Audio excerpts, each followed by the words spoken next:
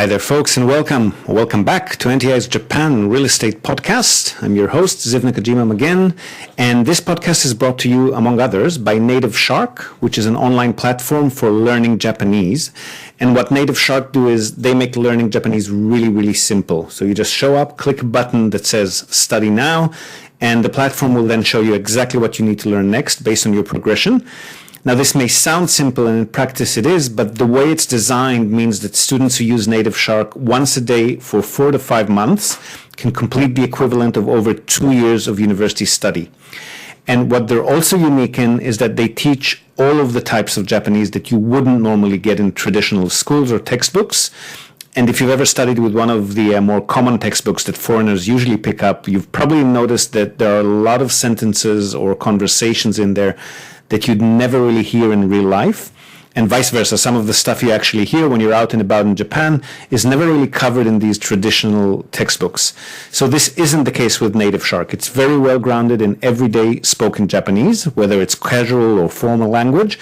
And you can really expect, like one of the students writes in their reviews, you can really expect to be picking up the sort of little nuances that no one would expect a non-native speaker to use. And that's pretty rare for most Japanese courses. So yeah, really, really useful platform. And since you've heard about it here on the podcast, you also get an extra little bonus. If you sign up using the URL nativeshark.com/NTI, we'll link to it in this episode's show notes. That's native without an E, so NATIV shark, all one word, .com/NTI. Use that link to sign up and you'll get a double length free trial. So 2 weeks free instead of the one. And you can sign up for that free trial without having to put any credit card or anything of the sort in there. So give it a go. You won't regret it. Okay, so for today's episode, we're back to our Wednesday Clubhouse panel, which, by the way, is now also being streamed elsewhere for the convenience of those among you who don't have a Clubhouse membership or just prefer to tune in via other platforms or from your PC, which is not available for Clubhouse and so forth. So we're also streaming it on Facebook Live from this week onward. We've done our first one this week, and we'll link to that stream in this episode's show notes, so you can sign up and get a notification if you're on Facebook. And I'll probably experiment with YouTube streaming as well in coming weeks. So this particular conversation is regarding Minpaku, or short-term stay operations. We've got both Tracey Northcott on our Clubhouse panel, who's a short-term stay operator, as well as Emil Gorgis, who's a Tokyo realtor, and also has a few of these Airbnb-type properties that he runs. And they answer questions not from the audience this time, but actually from yours truly. So the recording isn't of best quality. My apologies for that. I was fiddling a bit too much with my PC, answering emails and so forth while they were talking. So I've learned my lesson since then, but it's clear enough, and it's packed full of really nitty-gritty practical information for anyone who's interested in short-term rentals in Japan. So enjoy. I hope you find value in it, and I'll see you again on the other side.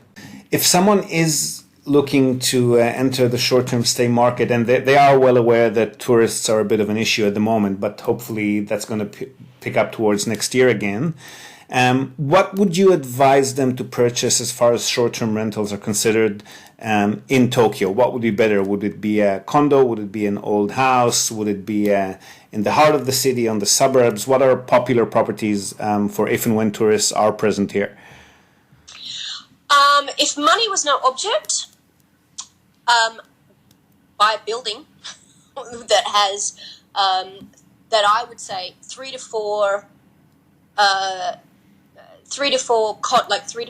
mansions, or 3 to 4 2 or 3 bedroom units. So not the 1Ks, not the not the studios, but a building that, say, Nippori, for example, or something that has, or something close to Shinjuku, something close to Shibuya, something close to Ueno, something that is close to a hub that has great airport access. I would say as well, yeah, I do love the idea of actually me managing a building with 3 to 4 or 6 or 10 2 to 3 bedroom apartments, and have the whole building dedicated. It would also have to be in the right zone. So the first thing to do is check the address and check the regulations. Something that can get a hotel license There are certain parts of the city, and I'm thinking around Ikebukuro is one where you can get, where it's easier to get a hotel license on various zonings. So you have to check the address for the zoning, whether or not you can do short-term rentals, and also whether or not what are the regulations. So there are places in Minatoku. Minatoku, I would advise against because they must be extremely bored down there. I'm not sure, but I know people with licenses in Minatoku, and there is someone who comes once a month to check to make sure that the right signage is up, and just really nitpicky, and they're just bored and looking for something to do, and it's just tiresome basically. When especially in Minatoku, you're only supposed to be doing it for 90 days of the year anyway, and that really doesn't make it profitable. So look for a place where you can get a hotel license. Number one. Either a single family home or a condo where you have permission from the kumai, from the homeowners association, because you need that. The reason I like a big building is that for the fire regulations and short-term rental, you need to have a certificate by a registered fire, I can't think of the English, but a registered company that will put in things like exit lighting that is connected to the mains, and there's a few quirky fire regulations. They're not that hard. You just have to maybe budget in around $1 million yen just to have that all done and dusted to get your license and also to get all of the regulations in place. But if you're only able to run that 90 days of the year, it's really not worth, that squeeze is not worth the juice. So zoning first, building type second, and size third. And I like to go with single family homes because there's no real homeowners association. You're not going to bother any neighbours, and also I think that the larger places you get more return on investment than a single unit. You still have to spend the same amount of time and energy on each booking, but when you've got a booking for two people paying bottom bargain basement rates, or you're looking at a family of five, or an extended family group, two families travelling together, that's when you're really making good ADR, which is like average daily rate. And that's really where you're making all the money. It's the same amount of effort whether there's 10 people, whether there's two. So, and you're going to make much more money at that high rate. So, a long answer to a very short question. So, I hope that was useful. I want to give a quick addition to that, in terms of the building. So, single-family home, so basically a standalone house is what Tracey's referring to. Often in Tokyo or in Japan, they're 2-story and 3-story homes. Okay, one of the requirements for to get a hotel license or the Minpaku license for a 3-story home is that it is a fireproof home. Okay, it's called the Taika Kenchikubutsu. Now the problem is that generally has to be concrete. So if it's a wooden structure that's a 3-story home, it's probably unlikely that you can use the 3rd story.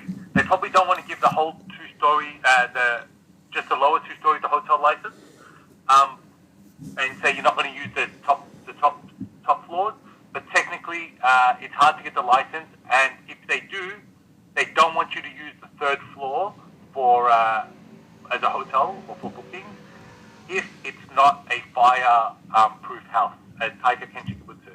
Now, the thing is, most homes, like in Tokyo, that are built within fire regulation are considered Jun Taika, like a 2nd grade fire resistant, not 1st grade fire resistant. But if the house is only 2 stories, then you generally don't need to meet that requirement. So, in addition, it should be a 2-story house, not a 3-story house. Is that correct with your understanding as well, Tracey? Yeah, there is, but there has been an addendum to that law, and that came in I think at around 2019, where 3-story properties you could get licensed, but you did have to put in on the internal stairs a door. And you could get all 3, because I've actually got a license on a 3-story house in Shinjuku. It's a 180-day license, and that's a new build. And because it was a new build, I was able to make sure that it had all the little fire things in there. I did have to get exit lighting. There was exit lighting that was attached to the mains as a retrofit, but that was only 200,000, 300,000 yen. It wasn't that expensive. But in other coups, the 3-story houses are possible, but you do need to have an extra door. And it's kind of hard with the way that Japanese architecture is done to be able to put a door at the top and bottom of each stairwell.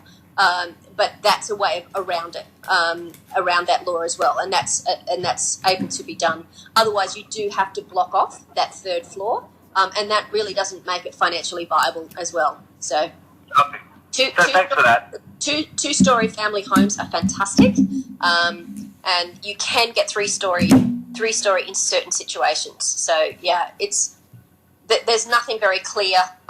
You do have to do it on a case-by-case basis. That's really interesting, Tracey. So just a couple of questions that I had there that you mentioned in passing, but I was actually not clear on. So when you apply for a hotel license, I thought that actually means you can operate the entire year, but you're saying you've got a hotel license and you're only allowed to operate it half the year? No, for hotel license, I've got one of those. It's a 365.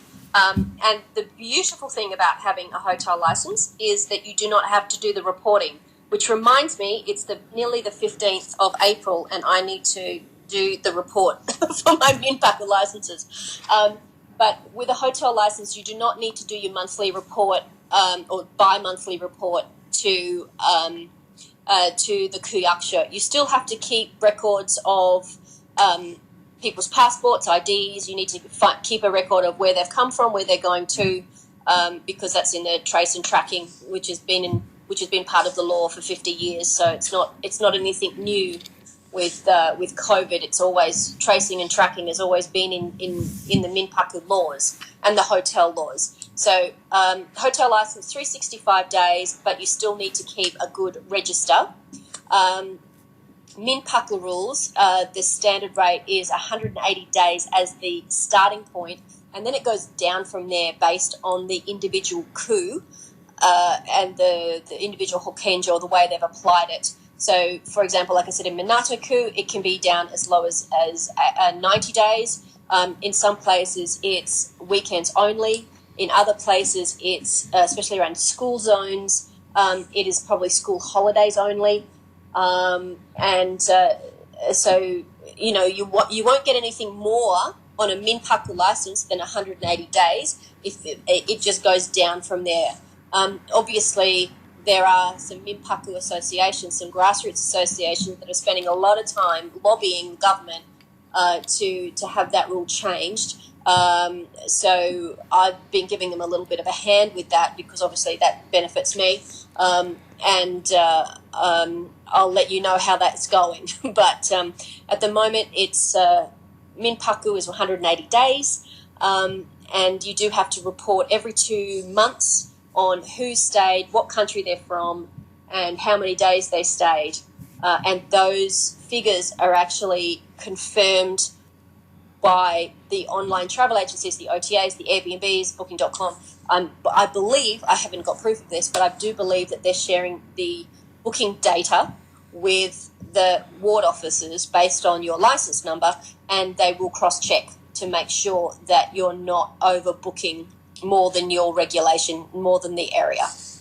So okay, and then you're saying you've run across places like Minato-ku where the local ward office has a bit too much time on their hands, and they actually come over and inspect you on a regular basis, right? Yeah, they do, and they want to make sure that you're not that you're not squeezing people in, and that you're not that you haven't made changes to the structure of the property after you get your license.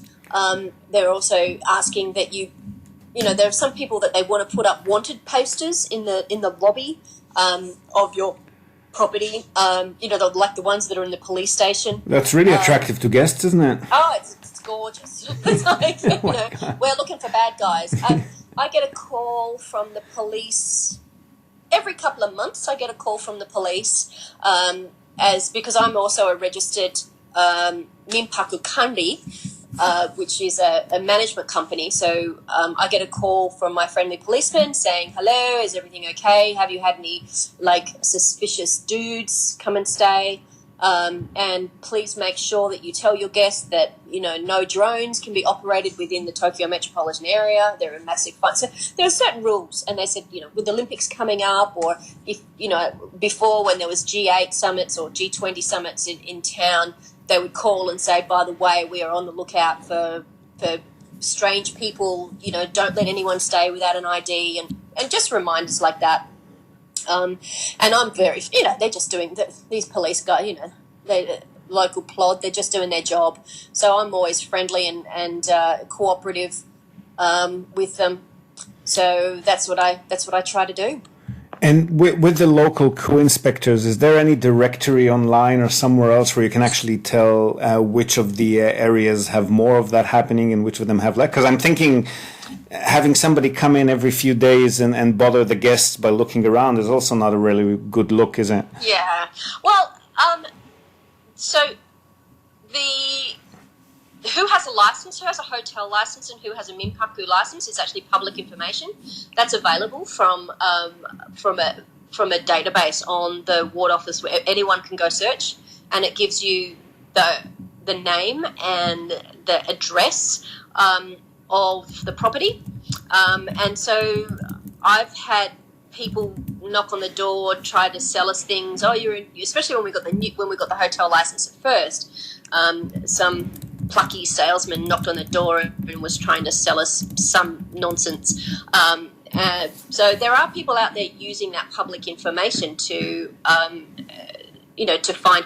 I think that's actually a good way as well. This is my tip. This is my free tip for the day.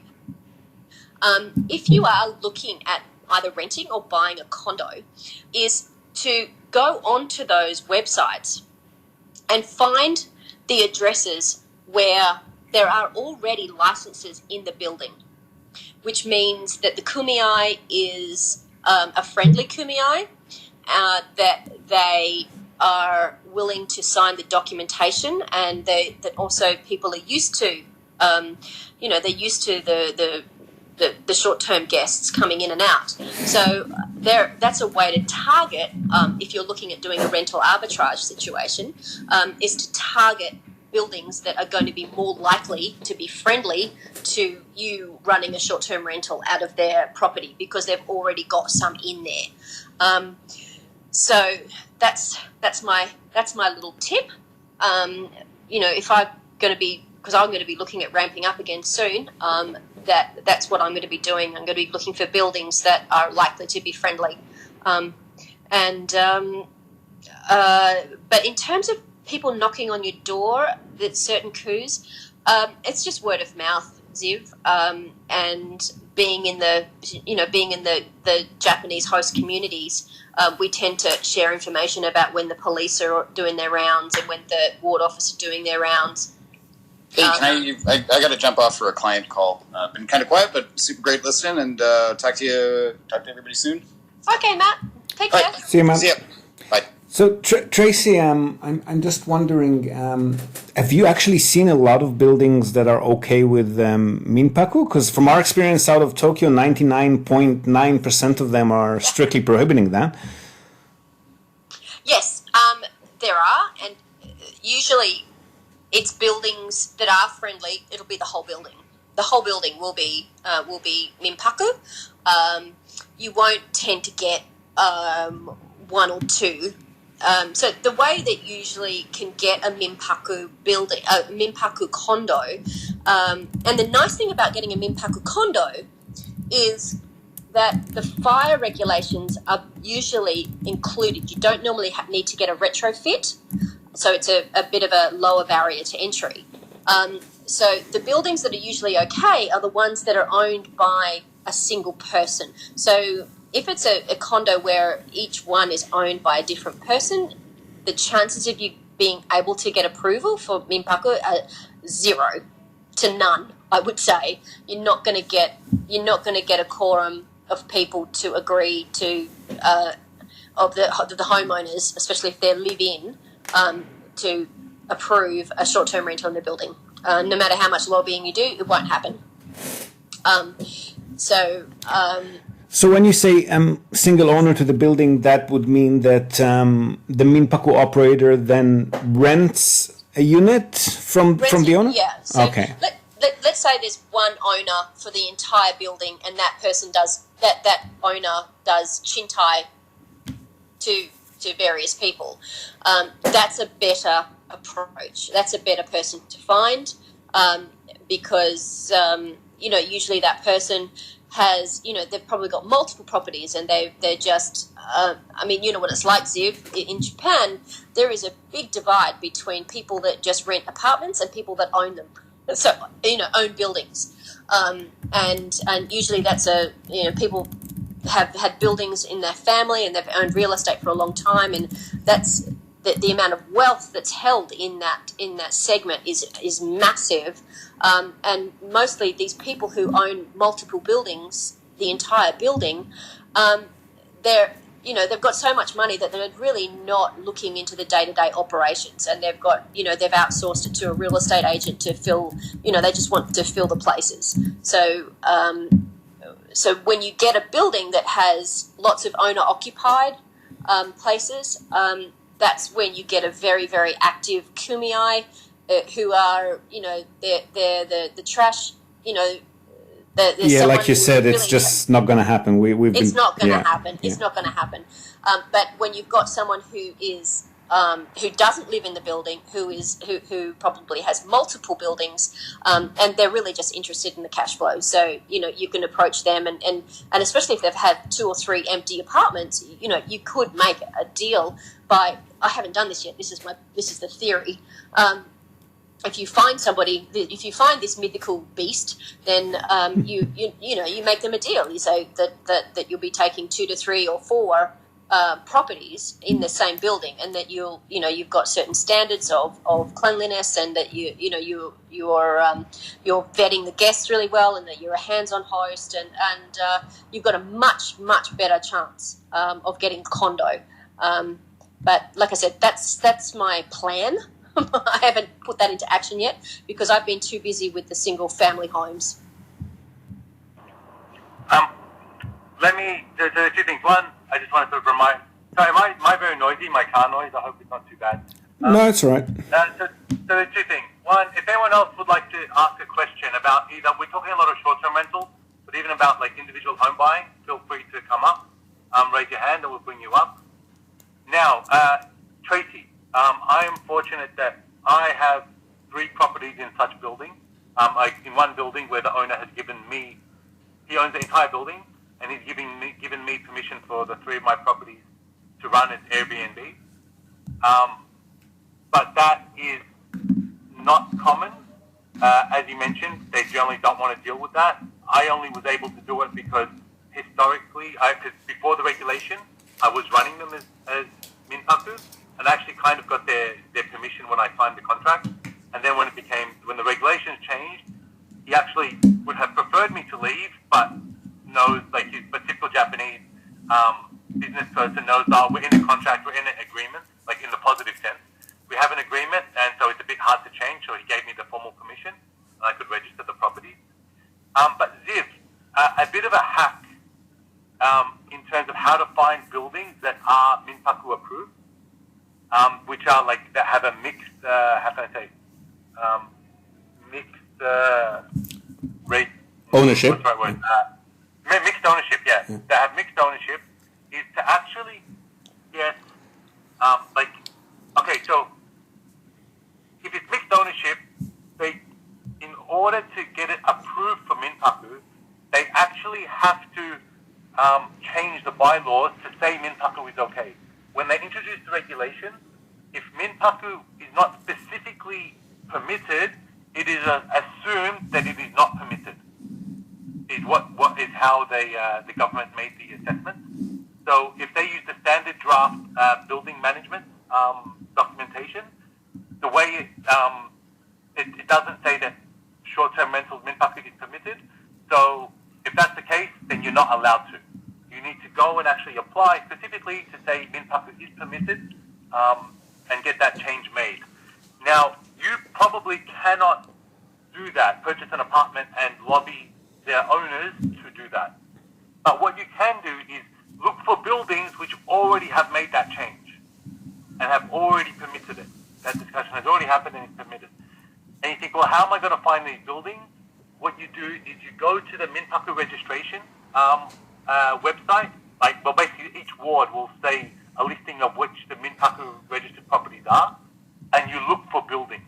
You look for apartments, for condos, and then that means that someone has already gone to the effort of doing that change and changing the bylaws and getting the permission, and then you can look for properties in that building. Gotcha. And from your experience, are there plenty of those? What's the percentage you'd say? I can't say what the percentage is or what. Sorry, Alan. Sorry. Sorry, I can't say what the percentage is. Hold on a second. It's not actually a percentage I give. It's just like a little hack, right? If you want to find out what, just say you want to go in Setagayaku, you want to find the mansions in Setagayaku that have already been registered, already been approved for Minpaku, which suggests that their bylaws have been updated. That's how you find that information, right? So this is rather how to find specific buildings that have the bylaws already changed and permitted. That's how you would do it.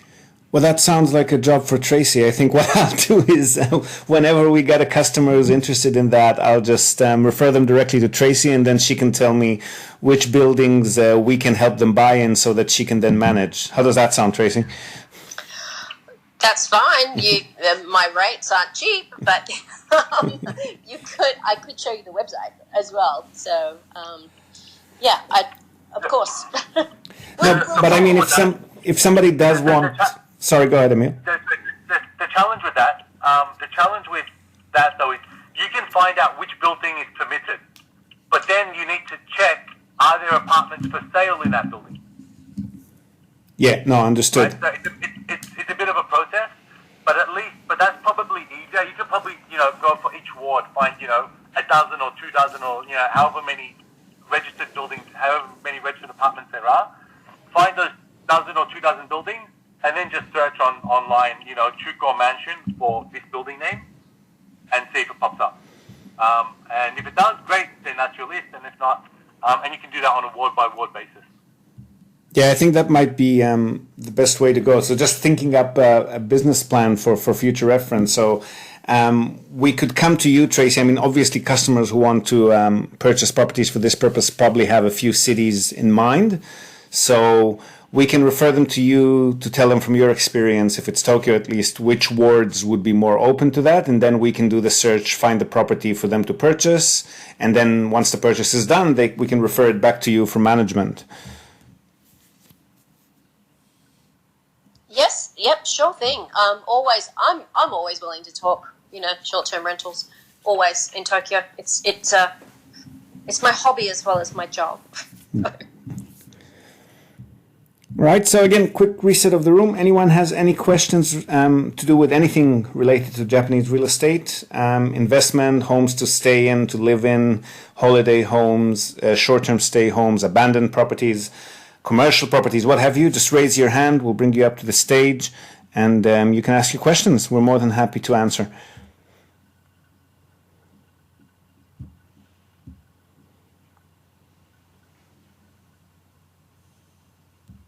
And if not, I think we can slowly start to wrap up the room. Emil? Picking picking up my kids from daycare. I'm in the car. One thing I do want to say, like my general sort of information nugget for anyone new is about financing for personal homes. Okay, so the easy numbers, just so people are sometimes interested. You can generally borrow about 7 times your gross annual income. Okay, so if you get your income and you're a salaried employee, right? So if you want to know about financing, you can borrow 7 times your gross annual income. If your income is 10 million yen, the bank will give you about 70 million. yen, so it's $700,000. And the monthly, and how you calculate the monthly repayment is about 30,000 yen per 10 million yen that you borrow. All right, so for every 10 million yen you borrow, you have to repay 30,000 yen per month.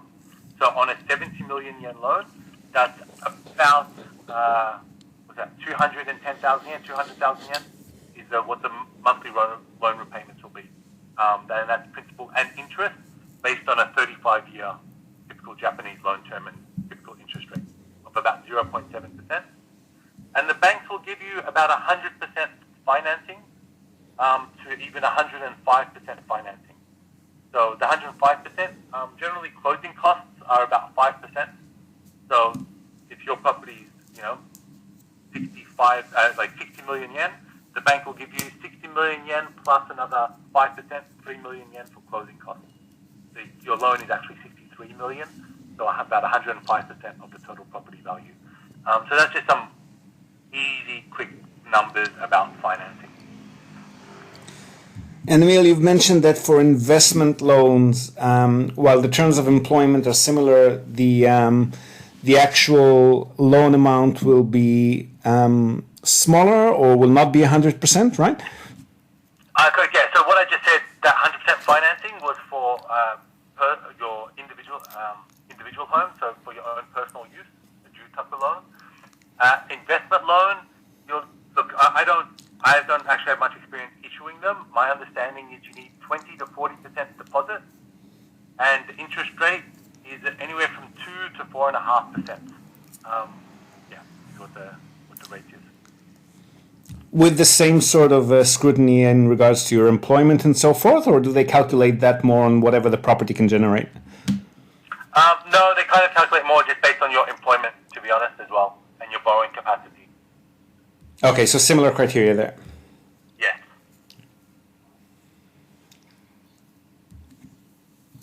All right. Any final nuggets that anyone wants to share? Any final questions that anybody wants to ask? So I do want to say, a lot of this is quite... okay, I'll jump to you in 1 second. But just to the audience, a lot of this is, you think, this personal information, I don't want to speak on this forum about it, I'm just listening.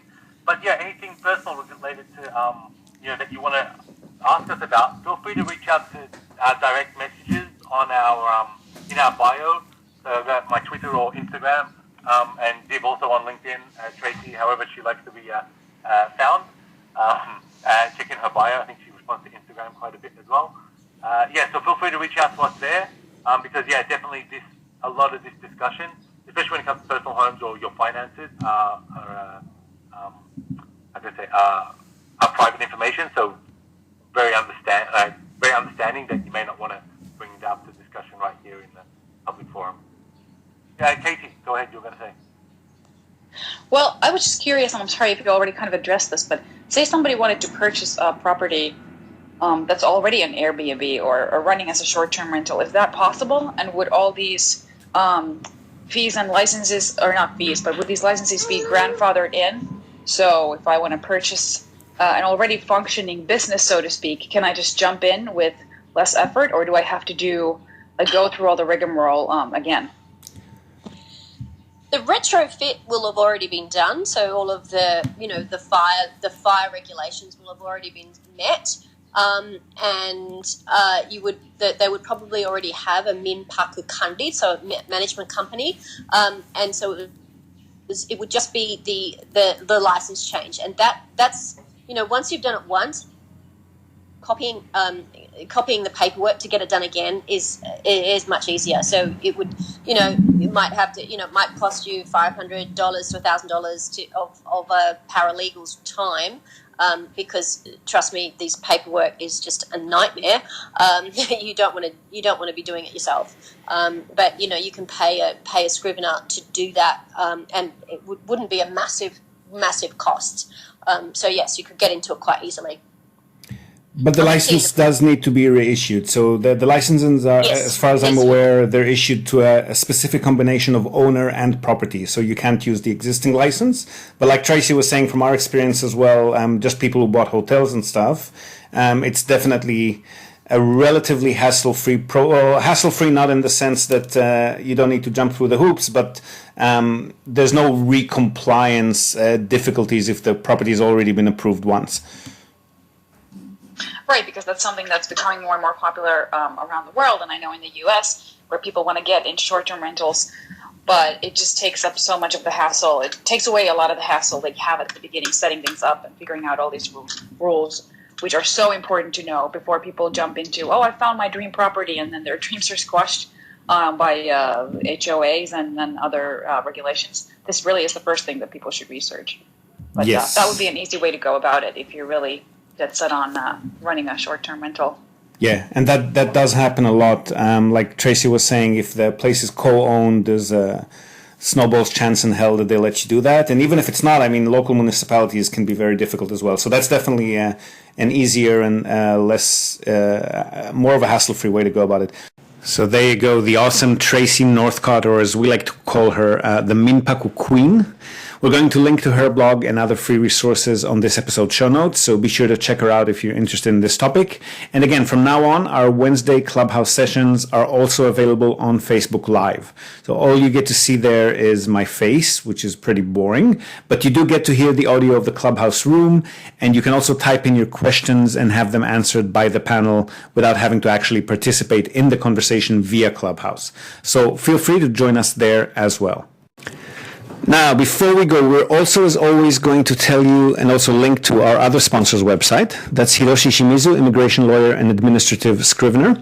If you're thinking about moving here on a more permanent basis, or you are already in Japan on some sort of a more temporary visa and you want to switch to a longer term or permanent one, and also if you're considering setting up a local company or branch office of a foreign company, and you've got any sort of business or visa-related inquiry, or even if you just want to find out what your options are on any of these topics, feel free to contact Hiroshi Shimizu. You can find him at japanimmigrationexperts.com, and he can help you set up a company, apply for any kind of visa, or just provide you with the best advice and extremely affordable consultation related to these topics. And he's already done that for many of our listeners and our clients. So feel free to reach out to him. Again, that's japanimmigrationexperts.com, all one word, and you'll be well on your way. And that's it from us for today, folks. Hope you've enjoyed this episode of the Japan Real Estate Podcast. Do share it with your networks, and please let us know what you think. So leave us a short rating, review on the iTunes Store, on Spotify, wherever you're tuning in from, or just drop us a line in the comments section or wherever you might have found this episode. We love hearing from you. Hope to have you with us again next time, and until then, have a great day or night ahead. Yoroshiku.